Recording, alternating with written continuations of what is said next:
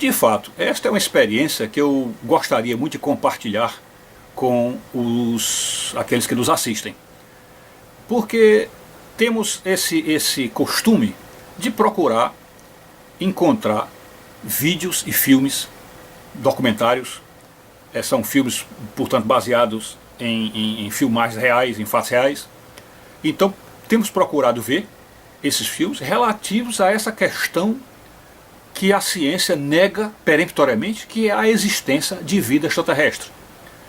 Na verdade, a ciência, quando nega isto, nega que esta vida extraterrestre tenha alcançado a inteligência, principalmente a inteligência semelhante à nossa, e que com esta inteligência tenha conseguido chegar até a Terra, vinda aí dos rincões do universo. Então, em princípio, o que é preciso que se diga é que esta viagem pelo universo, para nós que cremos na vida extraterrestre, é praticamente impossível. Aliás, digamos que a rigor é impossível. É isso que dizemos. Porque o universo não foi feito para ser atravessado. Não foi feito. As distâncias são descomunais, absolutamente colossais, são impraticáveis, inviáveis.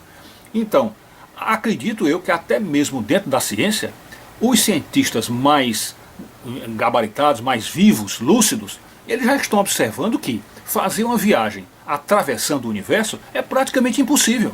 Todos eles sabem disso, não tem como. Por isso é que entre os cientistas mesmo, entre os mesmos cientistas, já estão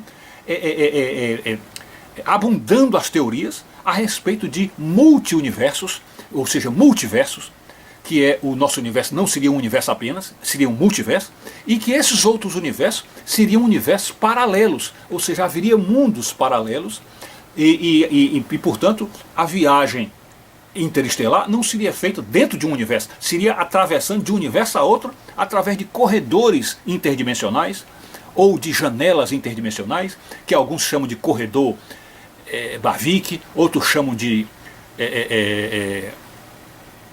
buracos negros, buracos de minhoca, túneis de minhoca, e são várias denominações para explicar que a viagem cósmica não seria uma viagem feita linearmente, em passado, presente e futuro, uma viagem linear atravessando o universo numa distância colossal como essa que está aí. Para vocês terem uma ideia de como o espaço é grande, mesmo as vizinhanças de nossa galáxia, isto é, mesmo que você pense até os confins do outro lado da nossa galáxia, isto ainda é uma distância minúscula. Isto ainda é praticamente uma distância subatômica quando você compara com a imensidão do universo. Portanto, mesmo uma viagem aos confins da nossa galáxia ainda seria impraticável. Porque para que nós chegássemos ao fim da nossa galáxia, seriam necessários milhares de anos de viagem, talvez milhões de anos de viagem, mesmo viajando à velocidade da luz. Então, temos que assumir de vez que é impossível essa viagem. É impossível. Então, por esta razão, não apenas eu tenho visto isso, mas os cientistas veem isso claramente, que se houver alguma pessoa, alguma inteligência extraterrestre chegando à Terra, evidentemente ela não atravessa o universo. Ela vem através de corredores dimensionais, que alguns chamam de túnel de minhoca, janela dimensional, coisa assim. Pois bem, mas então, o assunto que nós queremos abordar nesse aspecto, já explicamos nesse ponto como é que essas inteligências cósmicas poderiam chegar aqui.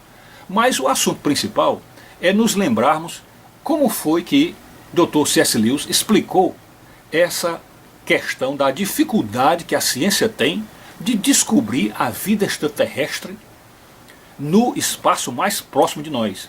Quando falamos no espaço mais próximo de nós, é até os limites do nosso sistema solar. Então, se estamos falando do nosso sistema solar, poderíamos então dizer até os limites do cinturão de asteroides, que é um limite, vamos dizer assim, natural, meio acidental, mas natural, de onde a vida poderia subsistir. Porque a vida, do ponto de vista material, do ponto de vista de corpo e alma, aliás, do ponto de vista de carne e ossos, como nós conhecemos, a vida como a conhecemos, só poderia subsistir em planetas rochosos e que tivesse uma atmosfera e um clima mais ou menos semelhante ao nosso. Então, temos que nos lembrar do que C.S. Lewis explica para para dar uma razão de por que a ciência não tem encontrado provas da vida extraterrestre. E o que temos que enfatizar agora é essa questão de se a Terra tem vida inteligente, que esta vida inteligente foi plantada aqui e sofrendo um processo de evolução, a partir da criação, um processo de evolução, alcançou a inteligência que nós temos hoje. E os seres de um outro planeta, se tivessem também chegado ao nosso nível de inteligência, eles teriam que preparar um modo para que a Terra não os visse, que a Terra não os encontrasse. Então esse seria o modo como esses outros habitantes ficariam ocultos da Terra. Então, diante desse quadro, dessa dificuldade de se encontrar esses seres, C.S. Lewis faz um raciocínio lógico muito importante para que nós entendamos bem a razão de a NASA e a ESA e essas agências espaciais não terem encontrado ainda a vida extraterrestre. Abre-se um parênteses, não terem encontrado conforme elas alegam isto, porque também existe no meio ufológico, entre os ufólogos e entre os paracientíficos, existe essa noção de que eles já encontraram a vida extraterrestre, já encontraram a vida inteligente extraterrestre, e eles é que escondem de nós o que encontraram. Então nós não sabemos de nada, não porque os de fora tenham se escondido de nós, mas porque eles aqui na Terra, mancomunados pelos poderes militares, esconderam aquilo que descobriram. Mas admitindo que não, admitindo que eles realmente sejam honestos, estejam procurando a vida e não encontraram esta vida. Então, admitindo isto, que eles são honestos e não esconderam de nós isso, como é que C.S. Lewis explica que esta vida extraterrestre ainda não foi encontrada? Sobretudo dentro do nosso sistema solar. Como é que ela não foi encontrada? O que C.S. Lewis explica? Ele explica da seguinte forma. Olha, observe que se nós fôssemos procurar conhecer uma rocha, uma pedra,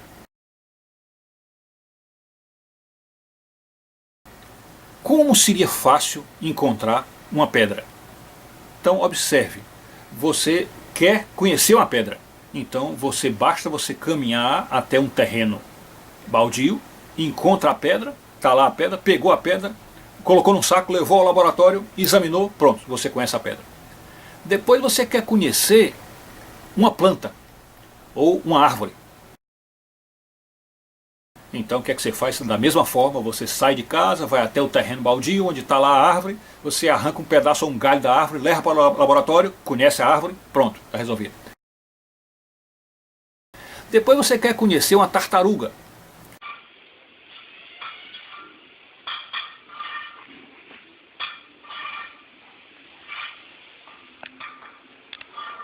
Então você também vai em direção ao mar, ao local onde as tartarugas têm.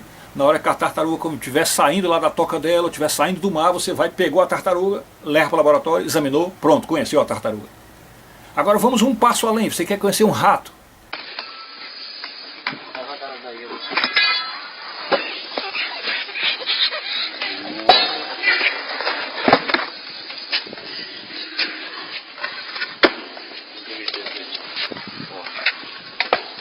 Olha, gente. É o fim do mundo, hein? O rato você já não terá tanta facilidade como teve com a tartaruga, porque a tartaruga, além de andar devagar, ela não oferece nenhuma resistência e você consegue facilmente pegar ela, principalmente se for novinha, e conhecê-la no laboratório. Já com o rato não, ele sai em disparada, ele se esconde, entra por um buraco muito pequeno, um buraco geralmente que tem metros e metros adentro da terra e você dificilmente o encontrará. Mas digamos que você consiga, através de uma armadilha, fazer o rato entrar dentro de uma gaiola, então você pega o rato ainda vivo, leva para o laboratório e conhece o rato através desse sistema da armadilha. E um passo além, você quer conhecer, deixa eu olhar bem qual é o outro animal que ele coloca aqui na sequência do rato. Pronto, o próximo animal que ele fala seria que você quer conhecer um ser humano. Você quer conhecer um ser humano. Na verdade, eu acho que ainda podemos colocar um outro na escala. Você quer conhecer um macaco.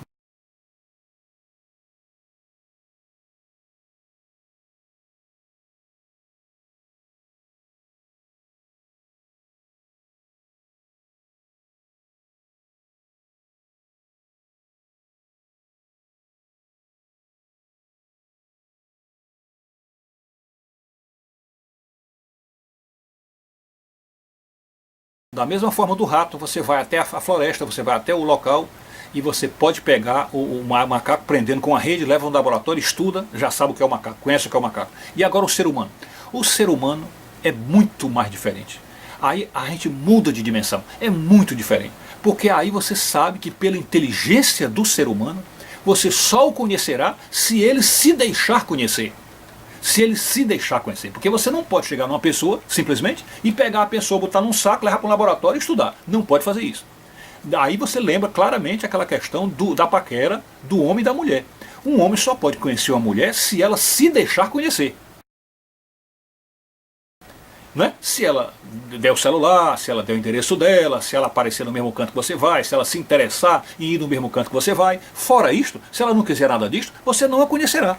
Portanto, veja que a diferença de conhecimento, de você conhecer um ser inteligente, é muito diferente de você conhecer um ser irracional ou um ser inanimado. É muito diferente. Então, subindo na escala, se você quiser conhecer um anjo, isto é, um ser angelical. Ora, se uma pessoa de carne e osso, que habita o seu mesmo espaço, a sua mesma cidade, é difícil você conhecer ela, porque você só a conhece se ela se deixar conhecer. Você imagine um ser que não necessariamente tem corpo, ou cujo corpo é um corpo translúcido ou transdimensional e que pode ser visto ou não nessa dimensão, ao mesmo tempo que ele tem vontade pessoal, raciocínio e vontade pessoal, e pode não querer se deixar conhecer, e portanto facilmente se esconde, porque você não está à vista dele, nem ele está à sua vista. Então, se ele não se deixar conhecer, você não saberá jamais da existência do anjo, não o conhecerá. E levando para a última escala, se você quiser conhecer a Deus, se Deus não quiser se deixar conhecer, você jamais o conhecerá. Jamais o conhecerá. Porque se trata de uma inteligência superior, que tem vontade e que pode tranquilamente ficar invisível para você, de tal maneira que você não encontra jamais, nem com detectores, nem com nada. Então isso aí foi estudando essas escalas que C.S. Lewis mostrou porque a ciência não descobre a vida extraterrestre. E aí você chega e pergunta assim, sim, mas como é que a gente faz esse raciocínio em relação a um extraterrestre? O que acontece é o seguinte, C.S. Lewis explica que se os extraterrestres não quiserem se deixar conhecer, se eles não quiserem isto, nós jamais os conheceremos. E você observa como tem algo semelhante ao que tem ocorrido na ufologia. Porque a verdade é esta, a Terra traz para nós os mais diversos testemunhos, ou milhares de testemunhos de pessoas que dizem que viram objetos voadores não identificados. Então existem os milhares de testemunhos sobre isso, de pessoas que viram esses objetos, e, a rigor, eles não aparecem, ou seja, eles não se manifestam, eles não vêm a público, eles não dão a cara para ser vistos, eles não se comunicam, enfim, há um mistério em torno disso. E o mistério é tão grande que nós chegamos a pensar, e com razão, que os governos estão escondendo aquilo que sabem. Porque das duas uma, ou os governos estão escondendo o que sabem, porque os ETs já entraram em contato com eles e eles guardaram em segredo esse contato, ou os ETs não entraram em contato com eles e estão se escondendo deles também e, portanto, ninguém descobriu nada sobre eles, porque eles não querem ser descobertos. Então, é isto que está no raciocínio de Lewis e explica muito bem, dentro dessa escala, e a razão de por que a NASA, a ESA e essas agências não descobrem nada quando fazem observações mesmo de planetas vizinhos de nós, como é o caso de Vênus, Marte, Mercúrio, e até luas como Titã e outras luas, Europa e outras aí lá dos grandes corpos celestes, como Júpiter e Saturno. Então, por que não se descobre vida? Por que não se tem nenhum sinal dessa vida? Porque os extraterrestres não querem se dar a conhecer. E aí, nesta questão, aí a pergunta que resta é esta. Ele pergunta, João, mas por que eles não querem se dar a conhecer? A explicação que C.S. Lewis dá, obrigatoriamente se volta para a palavra de Deus. Porque aí a resposta dada não é mais nem sociológica, nem filosófica, nem política, não. É a resposta teológica. Então qual é a resposta que a Escritura Sagrada dá para isto? A Escritura Sagrada diz que nosso planeta caiu, seria um planeta decaído, onde o líder deste planeta, o líder, vamos dizer, angélico deste planeta, revoltou-se contra Deus, rebelou-se contra Deus, e a partir desta rebeldia, Deus o acorrentou dentro da Terra, ele está acorrentado aqui dentro desse cinturão lunar, dentro dessa órbita, da região orbital da Terra, está aqui dentro, e portanto nada que está fora desse cinturão orbital, nada que está fora se comunica com a Terra. E também quem está na Terra não tem condições de saber o que está além. Então, devido a este cerco orbital causado pelo inimigo de Deus que está aqui e que fez a humanidade inteira cair, e que portanto foi ele o inventor e o criador, o propagador do pecado, e fez com que a raça humana fosse uma raça de pecado em comparação com as outras raças que não pecaram. Portanto, o universo inteiro seria um universo santo, e somente na Terra é que estaria o pecado. Então, devido a esta condição, que aí a gente poderia dizer política, entre aspas, né? Mas essa condição, que teológica, então por causa disso é que a humanidade habita um planeta silencioso, um planeta do sigilo, o planeta do mistério, da falta de clareza, da falta de comunicação. E portanto nós nos sentimos isolados do cosmos por isso, porque o mundo que nós habitamos é um mundo de pecado, e para evitar a contaminação e até a propagação do pecado fora da Terra, por isso Deus cercou a Terra para que nós não propaguemos o mal fora do cinturão lunar. Então, devido a isto, a essa situação de encarceramento que nós vivemos e isolacionismo, por causa disso nós não temos nenhuma comunicação lá de fora, não temos condição de ver nada lá, e mesmo quando mandamos um satélite nosso fazer uma investigação num outro planeta, o satélite não traz nenhum sinal de vida extraterrestre. Eu sei que vocês agora vão dizer assim, mas nós temos visto tantos vídeos bons e até sérios, mostrando sinais claros de vida em outros planetas, como por exemplo em Marte.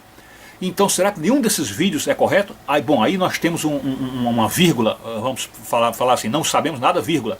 É que de fato algumas coisas têm escapado da vigilância desse acobertamento, dessa conspiração de acobertamento que existe nessas agências astronômicas, dessas agências espaciais.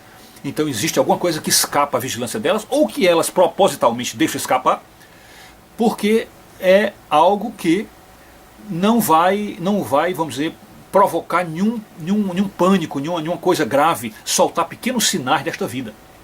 Mas o que nós temos que observar é o seguinte, é que se com todo o controle deles, com todo o acobertamento deles, ainda alguma coisa escapa para nós, que nos faz pensar que realmente há vida lá fora, se com todo o controle deles já escapa isso, imagine se Deus tivesse deixado tudo em aberto e não houvesse nenhuma camuflagem e os outros seres não tivessem se escondendo de nós. Imagine, então nós já teríamos sabido de tudo, já teríamos assim uma certeza, uma plena comunhão de ver esses planetas habitados e com possibilidade de contato conosco. Então, em último caso, o que temos que dizer é isso: a vida existe, o universo é cheio de vida, e nós não temos nenhum contato com eles e não vemos nada. Em razão disto, a Terra tem um complô feito aqui de acobertamento, e este acobertamento deve ter uma razão política. Essa razão política acreditamos que seja o fato de que o governador daqui, o anjo governador daqui, é inimigo de Deus, e portanto o que está fora da Terra é que é amigo de Deus. Então, pelo fato de Deus ter cercado a Terra todinha, este inimigo então se isolou, está aqui isolado, e portanto encerram-se todas as comunicações, e a Terra fica completamente isolada. Por isso nós não conhecemos nada lá de fora. E este é a principal razão. Quando esse inimigo for derrotado, e aí seria para o fim dos tempos, quando Jesus voltar e que derrotar este filho das trevas, esse inimigo de Deus, aí que então o cerco orbital vai ser aberto, e aí nós teremos contato com todas as civilizações cósmicas, e aí será, como diz a Bíblia, uma multidão incontável de seres a louvar o Senhor, quando todos esses povos estiverem em contato. É isso, aí está a explicação.